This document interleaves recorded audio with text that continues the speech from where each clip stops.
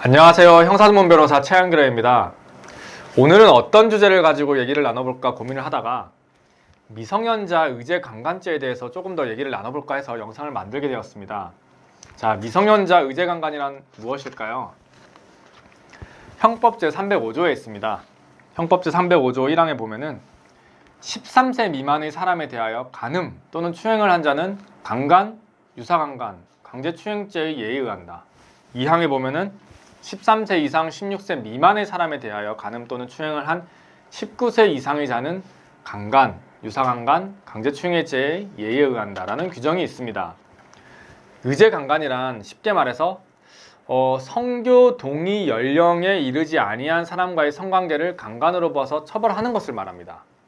합의하에 이루어진 성관계라고 할지라도 13세 미만의 미성년자라면 무조건 처벌이 되는 경우고요. 2000년도 5월 19일 제2항이 신설이 되었죠. 13세 이상 16세 미만의 미성년자와 성관계를 한 19세 이상의 성인에게도 죄를 물을 수 있다는 조항이 생겼습니다. 이게 참 헷갈릴 수밖에 없어요. 만 나이거든요. 이제 나이가 근데 만이라는 나이가 사실 같은 해에 태어났다라고 해도 일찍 태어난 사람과 늦게 태어난 사람인 경우에 만으로 따지는 나이가 다르잖아요. 여기서 발생하는 의문점들이 많으신 것 같고, 대체로 어린 학생들, 요즘 성관계 연령이 많이 낮아지다 보니까 분명 청소년들 사이에서도 성관계가 이루어지겠죠. 그렇다 보니까 여기서 발생하는 질문들도 생깁니다. 오늘 이 영상에서 이러한 질문들에 대해서 간략하게 설명을 드려보도록 하겠습니다. 의제강간 사건에 있어서 자주 묻는 질문입니다. 제가 한번 봐보겠습니다. 미성년자와 성인과 합의하에 관계를 가졌다라고 하더라도 처벌이 이루어지나요? 라는 질문인데요. 나이에 따라 달라지겠죠. 당연히 13세 미만의 미성년자이다라면 따질 것이 없습니다. 처벌이 되고요. 13세 이상 16세 미만의 미성년자다? 역시 성인의 경우이기 때문에 처벌이 이루어집니다. 다만 16세 미성년자는 사실 요즘 청소년들의 발육 상태가 남다르기 때문에 나이를 속였다라고 하면은 다퉈야 될 부분이 있습니다. 고의성이 필요한 거죠. 미성년자임을 모르고 행한 성관계나 스킨십은 처벌이 되지 않습니다. 외적으로 누가 봐도 미성년자이다라는 경우가 아니고 나이를 속였다라는 입증이 어느 정도 가능하다면 다퉈보시긴 해야겠죠. 처벌이 절대 가볍지 않습니다. 다음 질문인데요. 미성년자인지 모르고 성관계를 했습니다. 이 경우에도 처벌받나요? 제가 이미 말씀드렸네요. 만약 피해자의 외모가 너무 조숙해서 실제로 몰랐을 경우에는 처벌을 받지 않습니다. 나의 고의성이 결여되기 때문인데요. 하지만 누가 봐도 미성년자처럼 보이고 아니면 그 외에 다른 요소로 미성년자임이 의심되는 좀 상황이었다면은 그러한 가해자의 주장은 받아들여지지가 않겠죠. 그렇기 때문에 우선은 전문 변호인에게 가능성 여부를 검토 받아보시는 것이 좋고요. 적절한 증거 자료를 제시하여서 소명할 수 있는 사안이라면 처벌받지 않을 수가 있습니다.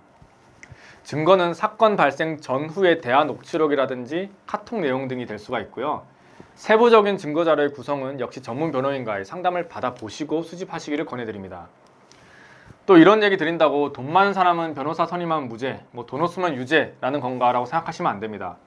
그저 실제 억울한 상황이고 이를 법리적으로 다투는 과정이 일반인으로서는 어려우니까 변호사의 도움을 받으시라라고 말씀을 드리는 거예요. 변호사를 선임한다고 해가지고 없던 일을 만들고 있던 일을 없던 일을 하시는 것이 절대 아닙니다. 다음 질문입니다.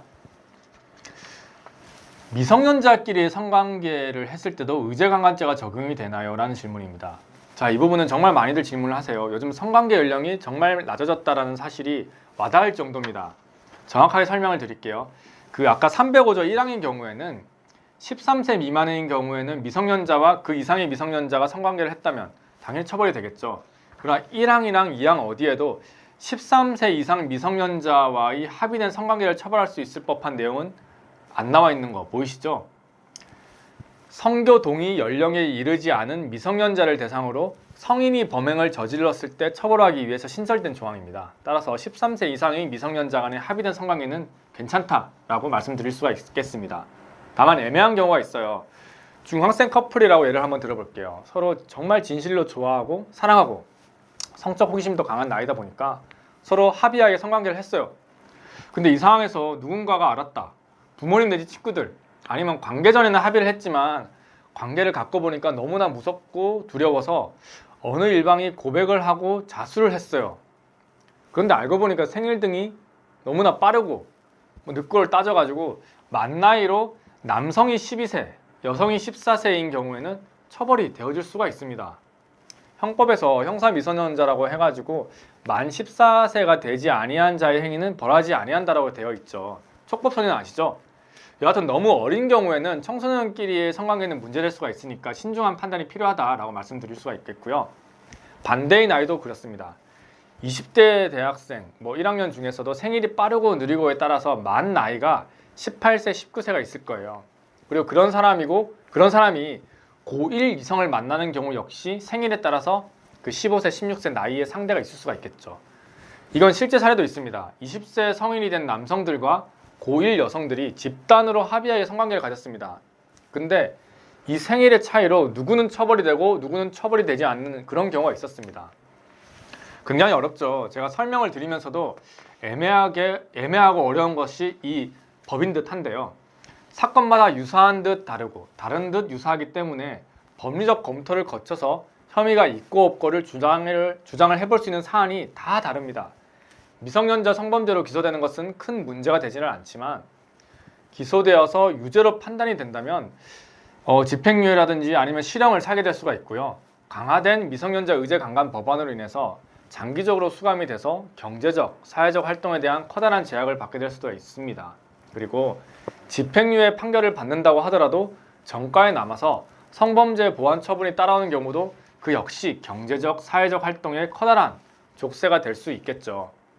취업을 앞두고 계신 취준생이라면 일부 기업에 대한 취업이 제한될 수가 있고요. 출입국 제한, 주변 거주지의 신상정보 등록 등 부수적인 보완 처분을 받게 될 겁니다.